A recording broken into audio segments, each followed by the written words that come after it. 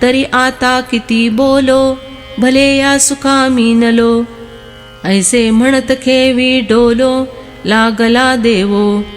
तो अब और अधिक क्या बोलूं, मुझे श्रेष्ठ सुख की प्राप्ति हो गई है, ऐसा कहते कहते हुए ही देव झूमने लगे। यस्मान्नो द्विजते लोको, लोकान्नो द्विजते च यः, हर्षामर्षभयोद्वेगैर् मुक्तो यस्य च मे प्रियः। जिससे कोई भी प्राणी उद्विग्न अर्थात क्षुब्ध नहीं होता, और जो स्वयं भी किसी प्राणी से उद्विग्न नहीं होता, तथा जो हर्ष, अमर्ष, ईर्ष्या, भय और उद्वेग हलचल से रहित है, वह मुझे प्रिय है। मग म्हणे जाण ते याचे लक्षण, जे यामी अंतःकरण बैसो घाली। फिर भगवान श्री कृष्ण अर्जुन से कहते हैं कि जिस भक्त को मैं अपना अंतःकरण रूपी आसन बैठने के लिए देता हूँ, रात दिन मैं जिसकी चिंता करता हूँ, अब उसका लक्षण जान लो। तरी सिंधुचे निमाजे, जळचराभे नुपजे, आणि जळचरी नुबगीजे सिंधु जेवी। तो जिस प्रकार समुद्र की क्षुब्धता से उसमें रहने वाले जलचरों को भय नहीं लगता, और उन जलचरों से समुद्र कभी उकताता नहीं, तेवी उन्मत्ते येणे जगे, जेयासी खंती न लगे, आणि जेयाचे न्यांगे नसिणे लोको। उसी प्रकार संसार की उन्मत्तता से जो कभी उकताता नहीं, और जिसके कारण लोग भी कभी उकताते नहीं, दोनों मिलके पूर्ण लक्षण होता है। पहला लक्षण साधक के हाथ का है, दूसरा लक्षण उसकी सिद्धि अथवा पूर्णता बताने वाला, जांच करने के लिए फलित स्वरूप है। किंबहुना पांडवा, शरीर जैसे अवेवा, तैसा उबगे ना जीवा, जीवपणे जो। ज्यादा तो क्या बताऊं हे अर्जुन, जिस प्रकार शरीर कभी अपने अवयवों से उकताता नहीं, उसी प्रकार जो सभी जीवों में जीव रूप से, आत्म रूप से मैं हूँ ऐसा मानकर किसी से भी उबता नहीं है। जगचिदेह झाले, म्हणोनी प्रिया प्रिय गेले, हर्ष अमर्ष ठेले, दुजे नवीण। उस भक्त का यह भाव होता है कि यह सारा संसार मेरा ही शरीर है, इसलिए उसके चित्त में प्रिय अथवा अप्रिय का भाव नहीं रहता। ऐसा जो द्वंद्व मुक्तु, भयोद्वेग रहितु, एया ही वरि भक्तु माझा ठाई। इस तरह जो द्वंद्व भाव से मुक्त तथा भय और खेद रहित हो जाता है, इतना गुणवान होने पर भी वह मेरे सगुण रूप का भक्त होता है। तरी ते याचा मज मोह, काय सांगो तो पडियावो, हे असो जीवे जीवो माझे नितो। इसलिए उस भक्त के प्रति मेरे अंदर मोह उत्पन्न होता है। भला वह रुचि कितनी होती है यह पूछो तो वह बतलाना असंभव है, इसलिए रहने दो। बस मैं चाहता हूँ कि मेरे प्राणों से वह जीता रहे, मेरे प्राण उसमें रखता हूँ। जो निजानंदे धाला, परिणाम आयुष्य आला, आणि पूर्णते झाला वल्लभो जो। जो आनंद से तृप्त हो गया है, जीवन की सार्थकता, ब्रह्म रूपता जिसकी आयु के रूप से साकार हुई है, और भगवान का प्रियतम भक्त हो जाना, यही जीवन की जो पूर्णता है, उसी का वह स्वामी हो गया। अनपेक्ष शुचिर्दक्ष, उदासीनो गतव्यथः, सर्वारंभ परित्यागी, यो मद्भक्त स मे प्रियः। जो अपेक्षा, आवश्यकता से रहित, बाहर भीतर से पवित्र, चतुर, उदासीन, व्यथा से रहित और सभी आरंभों का अर्थात नए नए कर्मों के आरंभ का सर्वथा त्यागी है, वह मेरा भक्त मुझे प्रिय है। जे याच्या ठाई पांडवा, अपेक्षे नाही रिगावा, सुखासी चढावा, जे याचे असणे। हे अर्जुन, जिसके अंतःकरण में इच्छा को भी कहीं प्रवेश नहीं मिलता, नित्य तृप्त रहने से उसका सुख बढ़ते रहता है, सच्चे सुख की ऊंचाई यही देखने में आती है। इसलिए उसका अस्तित्व अर्थात उसकी संगति औरों के लिए सुख की वृद्धि करने वाली होती है। अगा मोक्ष दे उनी उदार, काशी होये किर सधर, परिवेचावे लागे शरीर तिये गावी। अरे मोक्षदान करने से काशी क्षेत्र सच में उदार और समर्थ कहलाया जाता है, परंतु उस नगरी में देह त्याग करना पड़ता है। गंगा शुचि होये पाप ताप जाये, परितेथ आहे बुडणे एक। गंगा पवित्र है, गंगा स्नान से पाप और त्रिविध ताप नष्ट हो जाते हैं, परंतु गंगा जल में डूब मरने का डर होता है। फिर भी गंगा में डुबकी लगाना यह एक करना ही पड़ता है। हिमवंती दोष जाये, परिजीवितासी हानी आहे, तैसे शुचित्व हे नव्हे सज्जनाचे। हिमालय की यात्रा करने से अथवा वहाँ निवास करने से पाप नष्ट होते हैं, परंतु वहाँ जीव को ठंडक से ठिठुर कर मरने का धोखा रहता है। सज्जनों की पवित्रता उस प्रकार की हानिकारक नहीं होती। खोलिये पारू नेणिजे, तरी संती न बुडिजे, वरी रोकडाची लाहिजे, न मरता मोक्षो। गंगा जल की गहराई की थाह नापी जा सकती है, परंतु संतों के अंतरंग की प्रेम गंगा की गहराई की थाह नहीं लगती, तो भी वहाँ डुबकी लगाने की आवश्यकता या डूब मरने का भय नहीं रहता।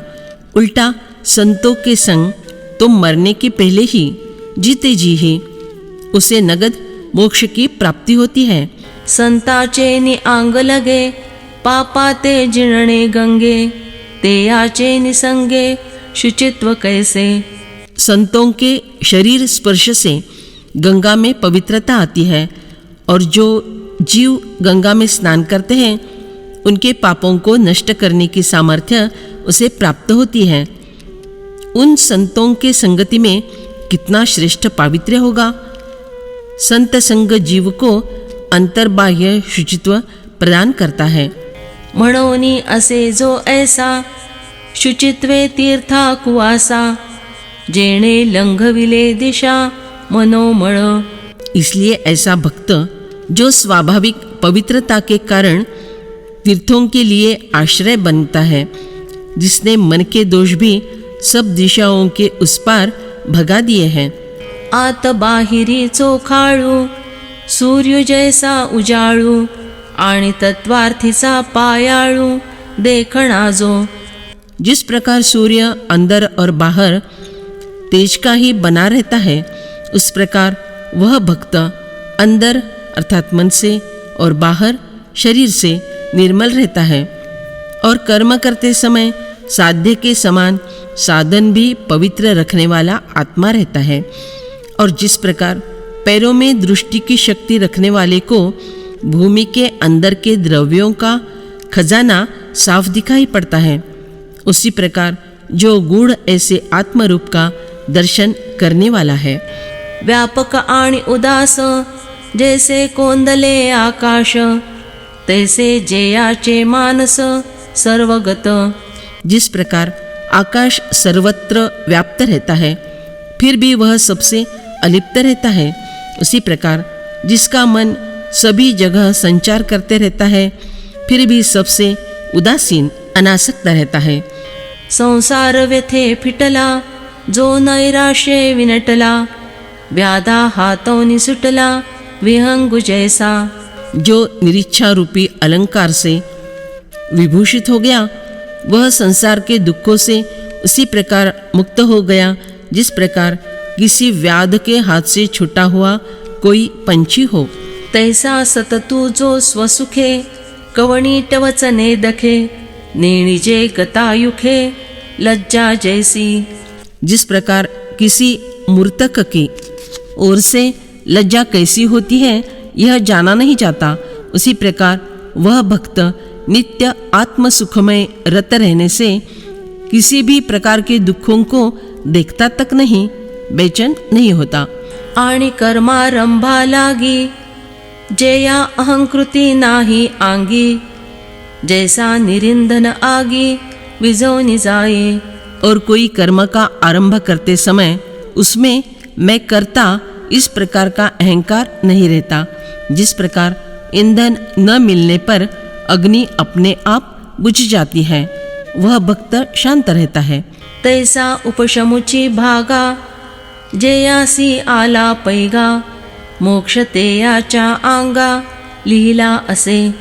अरे इस प्रकार का निग्रह शांति जिसके हिस्से में आ गया, मोक्ष उसी के नाम पर लिख दिया गया है, निश्चित हो गया है। अर्जुना हा ठावो वेरी, सोहम भावे सरोवरी, तो द्वैताच्या पैली तीरी निगो सरला। हे अर्जुन, जो इस उच्च मर्यादा तक पहुंच गया, अर्थात वह ब्रह्म मैं हूँ, इस भावना से जो परिपूर्ण हो गया, वह द्वैत के उस पार के तट तक पहुंचकर कृतार्थ हो गया है। कि भक्ति सुखा लागी, आपणची दो भागी, वाटुनिया आंगी सेवकै बाणी। पर फिर भी भक्ति सुख का अनुभव प्राप्त करने के लिए जो स्वयं ही दो भागों में विभक्त हो जाता है और एक भाग में तो स्वयं अपनी सेवकता रखता है। येरा नाव मी ठेवी, मग भजती वो जबरवी, न भजते या दावी योगी याजो। दूसरे भाग को मैं अर्थात देव का नाम देता है।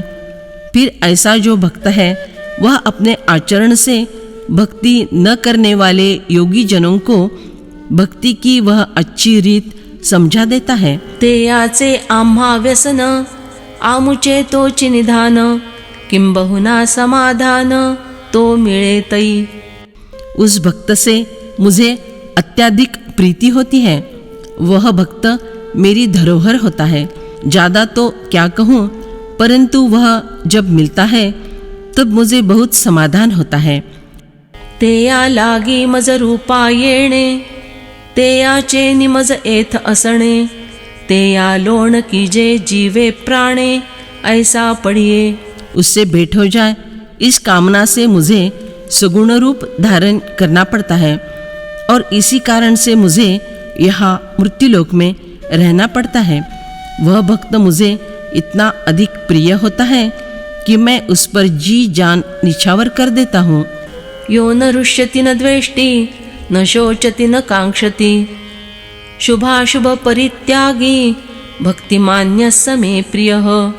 जो न कभी हर्षित होता है, न द्वेष करता है, न शोक करता है, न कामना करता है, और जो शुभ अशुभ कर्मों से ऊंचा उठा हुआ राग द्वेष रहित है, वह भक्तिमान मनुष्य मुझे प्रिय है। जो आत्मलाभा सारिखे, गोमटे आणिक ने दखे, म्हणोनी भोग विशेषे हरिखे जेना। जो यह मानता है कि आत्मलाभ के समान उत्तम बात और कोई नहीं है, इसीलिए जिसे किसी विशेष भोग से भी हर्षित नहीं किया जा सकता। आपणची विश्व झाला, तरी भेदभावो गेला, म्हणोनी द्वेषु ही ठेला, जे या पुरुषा। मैं ही सारा विश्व हूँ, इस ज्ञान के कारण उस पुरुष का भेदभाव नष्ट हो गया होता है और इसीलिए किसी के संबंध में द्वेष भाव भी नहीं रहा। पै आपुले जे साचे, ते कल्पांती ही नवेचे, हे जाणो निगताचे न शोची जो। देखो, अपना जो सत्य आत्मस्वरूप रूपी अविनाशी धन है, वह कल्पांत तक भी खर्च नहीं हो सकता। यह जानकर जो भक्त बीती बातों के बारे में शोक नहीं करता। आणि जे या परवते काही, ते आपणची आपुल्या ठाई, जाला या लागी जो काही आकांक्षीना। और जिन लौकिक पदार्थों के उस पार जो आत्मवस्तु है, वह वस्तु वह भक्त स्वयं अपने में ही हो गया। इसीलिए जो किसी पदार्थ के आकांक्षा नहीं करता,